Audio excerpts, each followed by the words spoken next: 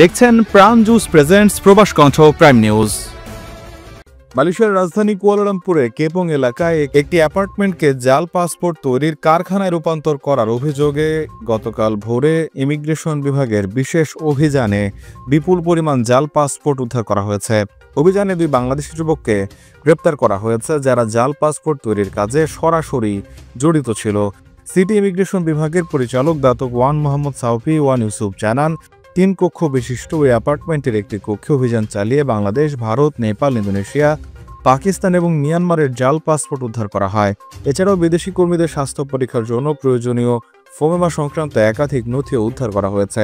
অভিযানের সময় ধরা পড়া 2 বাংলাদেশি, যাদের বয়স 20-এর কোঠায় একটি প্রিন্টারে সক্রিয়ভাবে বাংলাদেশি পাসপোর্ট প্রিন্ট করছিল। সমগ্র মালয়েশিয়ায় জনবল নিয়োগ দিচ্ছে প্রাণ মডার্ন ট্রেড। আগ্রহী প্রার্থীকে অবশ্যই এইচএসসি বা সমমান পাশ হতে হবে। মোটরসাইকেল চালনায় পারদর্শী বৈধ ভিসাধারী প্রবাসীরা আজই যোগাযোগ করুন এই নম্বরে।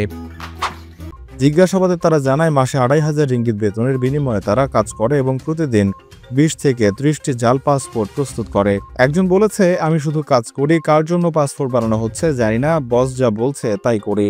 প্রাথমিক তদন্তে জানা যায়, প্রতিটি জাল পাসপোর্ট তৈরির জন্য সিন্ডিকেট গ্রাহকের কাছ থেকে 400 রিঙ্গিত করে নিত। হোয়াটসঅ্যাপের মাধ্যমে অর্ডার নেওয়া হতো এবং তা প্রক্রিয়ার জন্য এই 2 কর্মীর কাছে পাঠানো হতো। সব ধরনের লেনদেন পরিচালিত হতো একটি বাংলাদেশি ব্যক্তির নামে থাকা অ্যাকাউন্টে। পরিচালক জানান, সিন্ডিকেটটি মূলত ফোমেমার রিপোর্ট জাল করার উদ্দেশ্যে পাসপোর্টের ছবির মাধ্যমে ব্যক্তিগত তথ্য বদলে দেয়। এভাবে ফিট অবস্থার রিপোর্ট ব্যবহার করে আনফিট শ্রমিকদের জন্য চিকিৎসা রিপোর্ট তৈরি করত, যা পরবর্তীতে কাজের অনুমতিপত্র নবায়নে ব্যবহার করা হতো।